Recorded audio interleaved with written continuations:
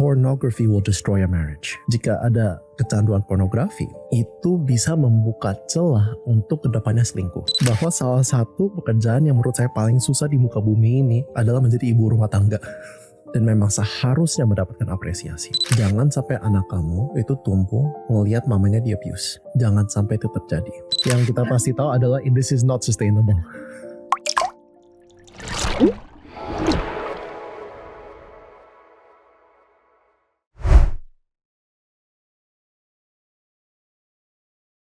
Selamat datang kembali di Wellspring Conversations bersama saya Dr. Sandy Oni, di mana we listen to your stories and we answer your questions. Pada hari ini kita sekali lagi ada tamu yang sudah online dan kita akan mendengarkan ceritanya dan kita ngobrol sedikit sama-sama. Could you please introduce yourself? Oke, thank you dok. Perkenalkan, nama saya Rachel, saya domisili di Jakarta. Saya sudah 2 tahun menikah.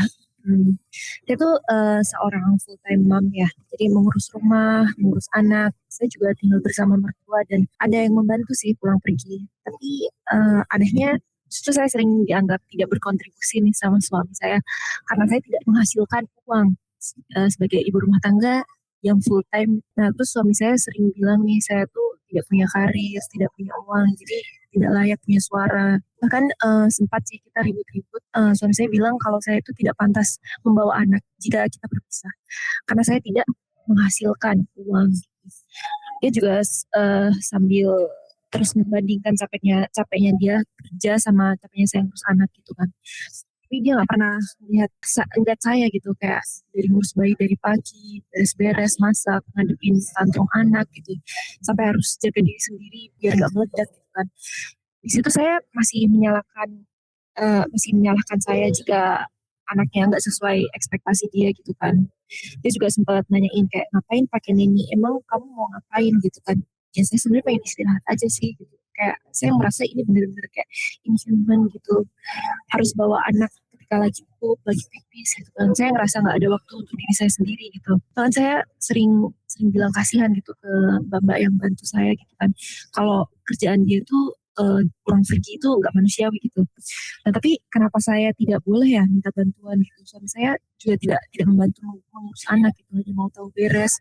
Saya merasa menjadi single parent gitu di rumah sendiri gitu. Dan untuk saya gimana? Untuk saya kapan gitu kan? Saya juga tidak mendapatkan nafkah sebagai istri sih, bukan cuma materi ya, tapi lahir batin gitu ya. Terus saya sebenarnya merindukan menjadi manusia yang dicintai sepenuh hati dan makna gitu kan.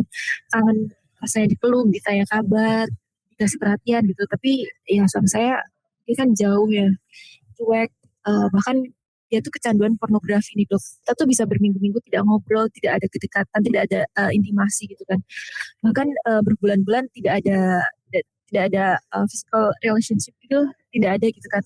Dia selalu bilang dia tuh stres kerja gitu kan. Dia bilang karena saya selalu marah-marah, jadi dia tidak mau menjalin hubungan intim dengan saya gitu. Tapi di belakang tuh dia tuh kecanduan pornografi gitu dok. Dia tahu saya pernah bilang ke dia kalau saya merasa tidak dihargai sebagai istri gitu. Sudah berkali-kali, tapi kayak dia tetap melakukan. Nah, pertanyaannya adalah karena suami saya adalah porn addict gitu kan. Ini apa sih yang sebenarnya masih bisa saya usahakan gitu kan? Bagaimana cara saya menghadapi pasangan yang menolak ketergantungannya dan malah menyalahkan saya atas kurangnya harmonisnya keluarga gitu. Dan secara emosional tuh saya juga benar-benar kosong gitu kan. Apakah ini tuh sudah termasuk apa ya?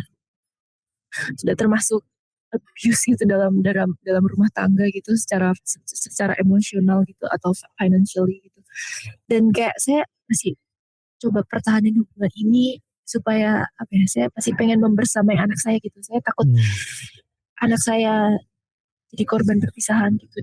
Ya sebenarnya ini tuh masih bisa diperbaiki atau apa upaya yang masih bisa saya lakukan gitu. Saya pernah ke psikolog pasangan sih bersama pasangan saya, tapi ya itu tidak ada perubahan, tidak dia mau tidak mencoba berubah, dia pasti selalu menyalahkan, dia stres dan saya terlalu demanding gitu dok. Thank you Rachel. Yang kita pasti tahu adalah this is not sustainable. Bahwa ini tidak sustainable dan memang tidak baik kalau misalnya berlanjut terus gitu. Saya mau tanya Rachel sudah menikah berapa tahun? 2 tahun sih. Tapi waktu itu kita memang dikaruniai anak sebelum kita menikah sih. Dan mungkin itu salahnya adalah belum mengenal pasangan terlebih jauh. gitu dok. Jadi kita memutuskan menikah. Oke, I understand. Bagaimanapun pernikahan berawal, kita akan terus usahakan bisa lanjut dengan baik. Jadi dalam situasi ini itu ada dua hal yang perlu kita lakukan, adalah kita perlu tahu idealnya seperti apa dan bagaimana kita mencapai goal atau ideal tersebut. Karena itu dua hal yang sangat berbeda nih. Apa goal kita dan apa idealnya atau pernikahan atau hubungan Rachel dengan suami Rena dan Rachel, sama bagaimana kita mencapai itu dua hal yang sangat berbeda. Jadi ada beberapa hal yang ingin saya feedback dan saya komentar dulu tentang ceritanya Rachel. Yang pertama adalah pornography will destroy a marriage. Mengapa? Karena dalam pernikahan memang seharus ada terjadinya hubungan intim fisik gitu. Harus ada yang namanya seks. Kenapa? Itu mempererat hubungan suami dan istri. Dan jika ada suami atau istri yang memang sudah lusting, seperti kata Rachel tadi, lusting over random women gitu, atau lusting over random people yang memang tidak dikenal, ada beberapa hal yang terjadi. Yang pertama, mereka jadi lebih selfish. Karena memang dasarnya seks itu bukan untuk kesenangan pribadi, melainkan untuk mempererat hubungan suatu suami dan istri. It is not about taking, it is about giving. It is about serving gitu. Dan keduanya bagaimana we can help each other become better gitu. Tetapi kalau misalnya ada seseorang dalam pasangan sudah kecanduan pornografi, maka mindsetnya berubah. Dia melihat lawan jenis sebagai a tool, sebagai an object. Bagaimana objek tersebut untuk bisa menyenangkan saya gitu. Jadi that's the difference. Kalau misalnya sudah kecanduan pornografi, yang terjadi pertama adalah mereka melihat lawan jenis atau seringkali melihat pasangan mereka hanya sebagai objek. And sex becomes very selfish atau non-existent. Jika ada kecanduan pornografi, itu bisa membuka celah untuk kedepannya selingkuh. Di mana penelitian menunjukkan bahwa jika ada satu pasangan udah kecanduan pornografi, artinya mereka sudah membahayakan diri sendiri engaging in sex with somebody else. Dan dari pikiran ke action itu it's closer dan tidak sama sekali. Jadi itu udah meningkatkan resiko ke depannya ada selingkuh. Now I hope that doesn't happen here, tapi kita harus mengakui bahwa itu salah satu risk factor yang timbul karena kecanduan pornografi. Dan yang ketiga, their image of sex, kalaupun suami istri ada hubungan intim, it become distorted. Karena kita tahu bahwa sex scenes di dalam pornografi dan kenyataan, it's very, very, very, very different. Beda sama sekali. Satu adalah acting, satu adalah relationship. Jadi mereka punya persepsi tentang apa itu seks, tentang pasangan mereka, bagaimana mereka appreciate dan melihat pasangan mereka itu sangat berubah. Karena mereka memenuhi suatu kebutuhan yang sangat penting di luar sana yang seharusnya dipenuhi oleh pasangan mereka. Jadi you're absolutely right bahwa we have to address the pornography issue. Tapi selain itu, memang ada hal lain yang tadi Rachel cerita, di mana ada suaminya Rachel bilang kamu gak berkontribusi, tidak ada karir. I want to let you know bahwa menurut saya nih, dan saya kerjanya I work almost several full-time jobs gitu, bahwa salah satu pekerjaan yang menurut saya paling susah di muka bumi ini adalah menjadi ibu rumah tangga. I want you to know bahwa your work is one of the toughest work on this earth. Dan memang seharusnya mendapatkan apresiasi. Seharusnya mendapatkan acknowledgement. Ini kita masih bicarakan ideal dan goalnya ini. Meskipun suaminya Rachel berkata, you're worth nothing, gak berkontribusi karir. Lain cerita ya kalau misalnya gak ada anak gitu. Tapi you're taking care of a child yang memang butuh attention 24 hours, 7 days a week. Bisa jam berapa aja malam kebangun gitu. Coba, Rachel kapan terakhir kali bisa tidur nyenyak sepanjang malam? Jadi I want to emphasize to you dan kepada semua ibu rumah tangga yang sedang mendengar bahwa your job is important. Dan your job is tough. Dan memang pekerjaan seseorang ibu rumah tangga tidak bisa dilakukan hanya oleh satu orang. Itu harus dengan suami atau bersama komunitas juga. Makanya ada satu saying atau pepatah yang dibilang bahwa dibutuhkan satu kampung, it takes a village untuk membesarkan satu anak. Karena memang gak bisa sendirian. And so you mentioned before bahwa you blame yourself. Why is that, Rachel? Saya tuh kadang udah kecapean, misalnya kayak anak saya jatuh atau apa, saya kayak nyalahin diri saya sendiri. Kenapa saya bisa nggak ngelihat itu? Ya tapi saya tahu saya juga kecapean. Kenapa saya nggak bisa jaga anak saya gitu sih dok. Terus kayak misalnya dia berat badannya kurang nih gitu kan. Ya karena kan memang proses makannya apa ya, harusnya kan bareng-bareng ya sama keluarganya, itu lebih seringnya saya suapin sama saya aja gitu. Iya. Ya kayak semuanya jadi, saya merasa itu jadi semua tanggung jawab saya sih untuk bisa mendidik dan apa ya, membesarkan anak yang sehat, bahagia. Aku tahu bahwa gampang sekali merasa it's your fault karena memang kamu yang jagain anaknya. Tapi memang you're only human. Setiap daripada kita hanya manusia yang biasa, dan memang setiap daripada kita itu ada kapasitas kita terbatas gitu. But let me say something sebelum kita lanjut yang tadi ideal sama goal. Saya banyak sekali ngobrol sama orang yang grow up in dysfunctional homes. Dan satu benang merah yang saya bisa tarik dan ingin saya sharekan pada Rachel hari ini adalah anak itu tidak menuntut orang tua itu sempurna. Saya ada satu teman, one of my closest friends. Dia itu brilliant, pinter banget. Aku yakin kok berapa kali pada saat dia baik dia pasti dijatuhin. I'm not surprised. It's okay, anak-anak tidak membutuhkan orang tua yang sempurna. Yang mereka butuhkan adalah orang tua yang engage, orang tua yang present, orang tua yang berusaha, dan itu yang mereka lihat. Orang tua yang punya kerendahan hati dan bisa memberikan contoh yang baik bagaimana meminta maaf. Jadi you don't need to be perfect, Rachel. You just need to be there. Dan kamu itu memang hadir. Yang pertama tadi itu idealnya kan, okay, we let go of pornography, memang di appreciate, dan sebenarnya di rumah itu zaman sekarang perlu collaborate antara suami dan istri untuk membesarkan anak. Ide yang suami pergi berangkat kerja dan istri di rumah jagain anak, dan oleh karena itu seluruh isi rumah tangga itu adalah tanggung jawab istri, itu udah gak zaman, dan itu gak realistis sekarang. Karena dunia berubah dengan pesat, dunia berubah dengan cepat gitu. Dimana untuk membesarkan satu anak, sebenarnya penelitian menunjukkan anak itu bisa paling sehat kalau parentsnya dua-duanya involve. Anak itu paling sehat kalau sebenarnya suami itu supportive sama istri. Bagaimana kita mencapai idealnya? Itu semuanya goalnya tadi. Bagaimana kita mencapai idealnya? Yang pertama adalah Rachel butuh support system. Rachel, how is your relationship with your family? Relationship saya sama family ini berasal dari keluarga disfungsional juga ya. Jadi saya tidak merasa terlalu attached sama mama papa saya. Paling papa saya sih, saya cerita ke papa saya soal ya hubungan pernikahan saya gimana. Papa saya ya cuma bisa support secara mental seadanya gitu sih. Kayak paling ya diusahakan, kalau misalnya memang nggak bisa ya sudah, seperti itu. Is there anybody yang kamu bisa minta bantuan, yang bisa gantian jaga anak, bisa take turns gitu, yang tempat kamu curhat, itu bisa sama siapa aja? Kalau teman-teman sih nggak ada, tapi kemarin solusinya adalah mbak yang bantu-bantu itu sempat saya mintain buat gantian gitu kalau misalnya jaga anak gitu. Jadi ya kadang saya yang ngurusin rumah tangga gitu, mbak saya yang jagain kalau misalnya saya rasanya udah burn out gitu buat ngajak main. Yep. Jadi ada yang bisa bantu take turns gitu, bisa ajak main sama anaknya Rachel. Iya bisa. Itu ya baru-baru aja ini sih. Setelah saya meledak gitu suami saya, karena saya merasa saya nggak kuat gitu kan. Saya merasa hidup ini worthless gitu. Saya merasa seperti itu. Menurut saya itu terus kalau bisa di maintain. Karena di negara-negara lain yang bahkan nggak ada bantuan tambahan gitu, itu seringkali harus ada yang step in, mau teman, mau keluarga, memang nggak feasible benar-benar satu orang jagain anak gitu. Harus ada support, harus cari teman, harus terus engage support sistemnya, harus ada komunitas.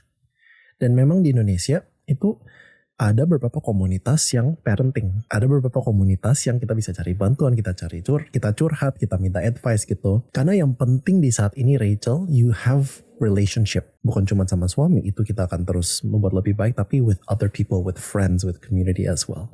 Jadi menurut saya Rachel perlu kuatkan your own community and your own relationships. Itu yang step pertama.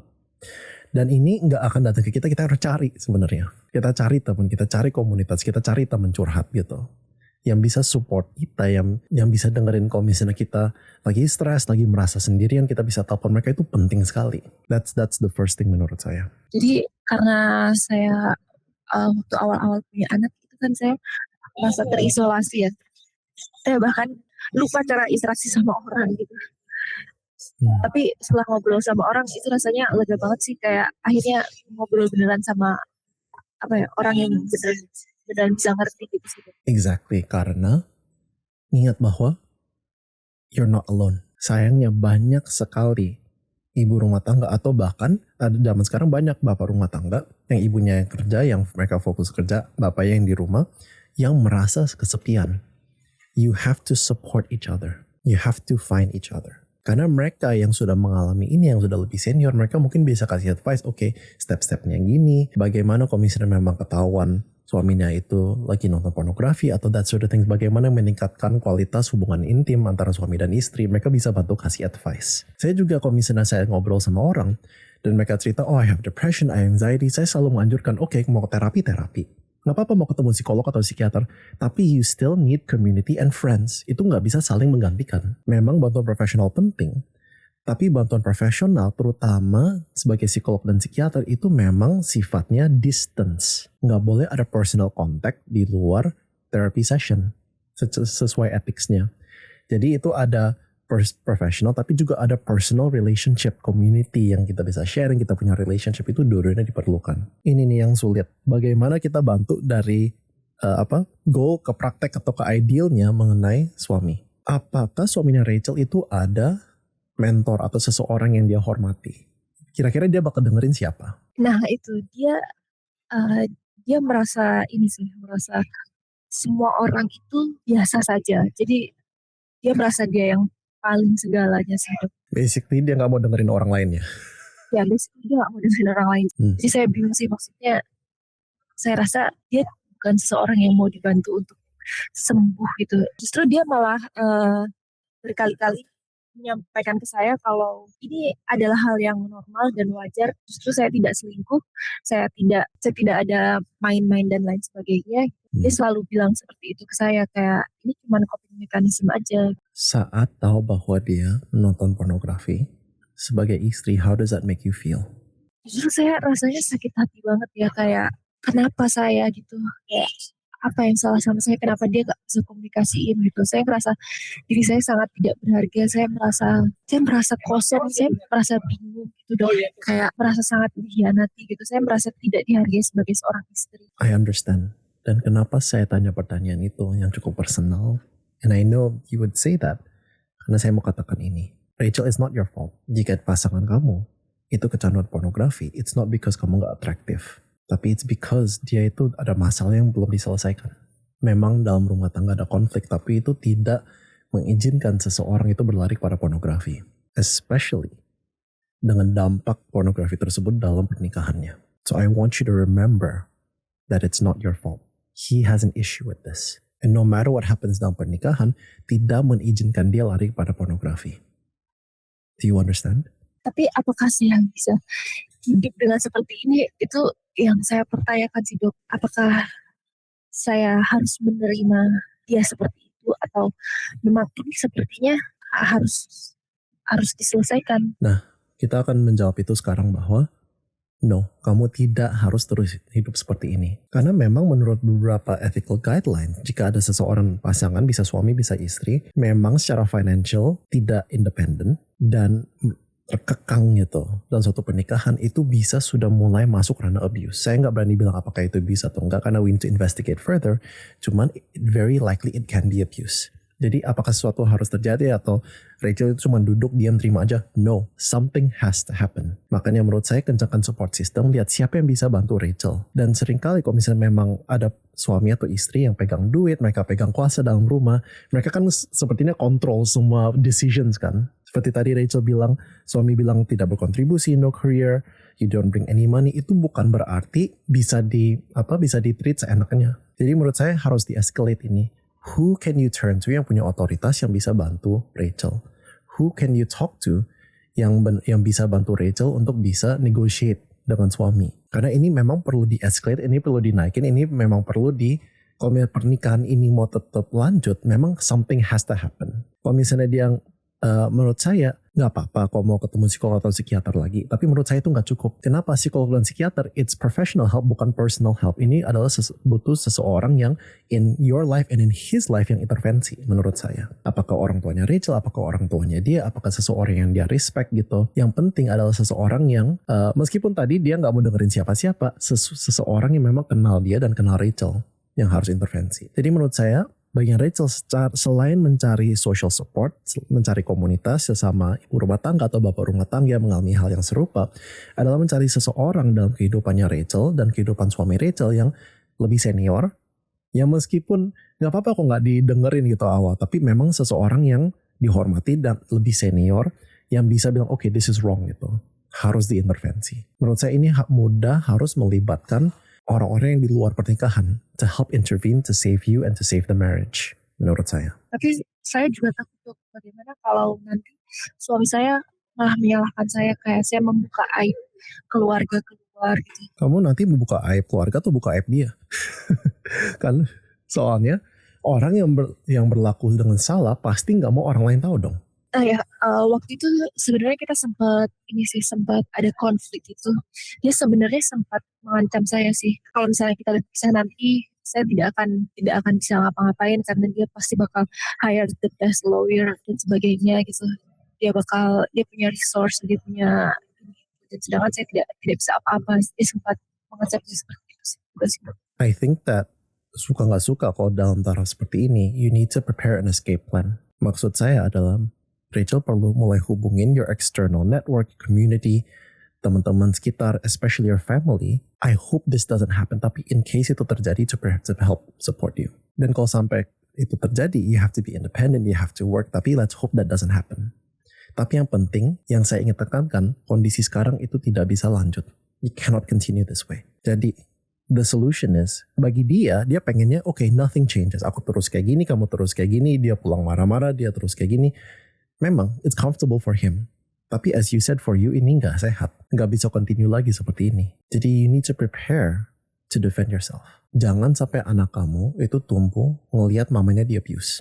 Jangan sampai itu terjadi. Karena satu hari, bisa-bisa dia akan lihat, okay, that means nggak apa-apa dong aku di-treat seperti ini. Atau bahkan sebaliknya, lakukan itu terhadap orang lain. Ya benar sih dok. Soalnya saya ngeliat pola itu juga di orang tua dia ya. Jadi ayahnya dia memperlakukan dia ya mungkin kayak semena-mena ya, tidak kasih uang dan sebagainya gitu. Membiarkan ibunya tenggelam dalam pengasuhan gitu. I think it has something to do with that gitu. Jadi kayaknya dia membawa pola itu sih.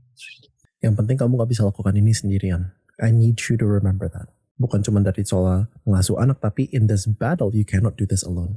Karena memang tujuan akhirnya it's not kita menghakimi, untuk kita jelek-jelekan, untuk kita menjatuhkan. No, it's for both of you to have a happy marriage. Dan untuk itu bisa terjadi, seringkali butuh ada intervensi. Makanya, saya sangat menganjurkan suami istri, even though kelihatannya fine-fine aja, itu cari counseling, cari mentor, cari orang yang mau didengerin gitu. Karena kalau hanya berdua saja, seringkali itu bisa ngaco. Karena kita nggak ada referensi, kita nggak ada advice orang lain. Jadi, take away hari ini, saya mau Rachel ingat bahwa you cannot do this alone. Mau nanti intervensi, mau untuk advice, mau untuk curhat, you need people outside that can support you. Dengan tujuan akhir, pernikahannya bisa lebih sehat. Gimana, how do you feel Rachel?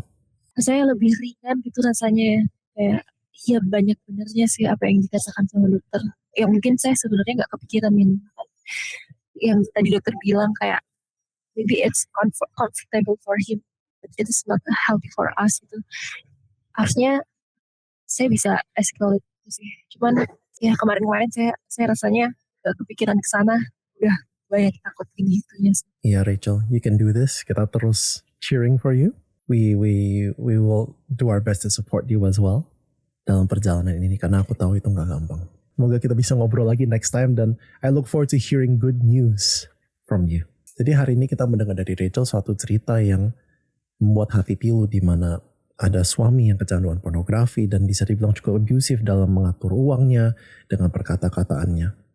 Saya hanya mau tinggalkan satu advice ini. Bagi yang belum menikah atau bahkan yang sudah ini, kalau istri mau cari suami atau suami mau cari istri, mau cari pasangan, Carilah pasangan yang punya mentor.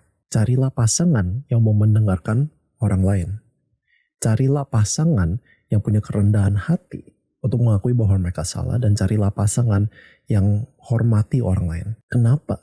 Suami istri, it's not designed to be hanya berdua saja. Memang ada aktivitas yang hanya dilakukan berdua, tapi a marriage is a family. It's a community. It's a village. Dan butuh input dari orang yang benar, butuh intervensi dari orang yang benar untuk sebuah marriage itu bisa berhasil. I hope you enjoyed today. Don't forget to like and subscribe, and I'll see you next time.